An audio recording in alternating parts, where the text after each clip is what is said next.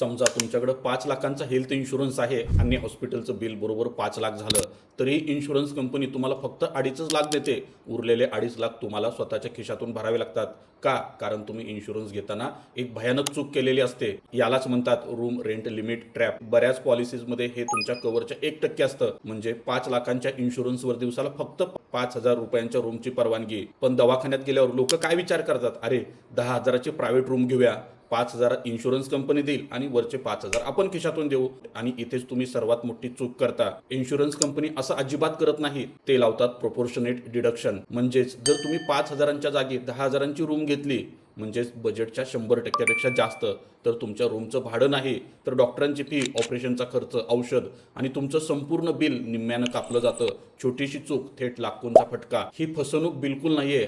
हा त्यांच्या अटींचा भाग आहे, जो तुम्हाला एजंटनं सांगितलेला नसतो.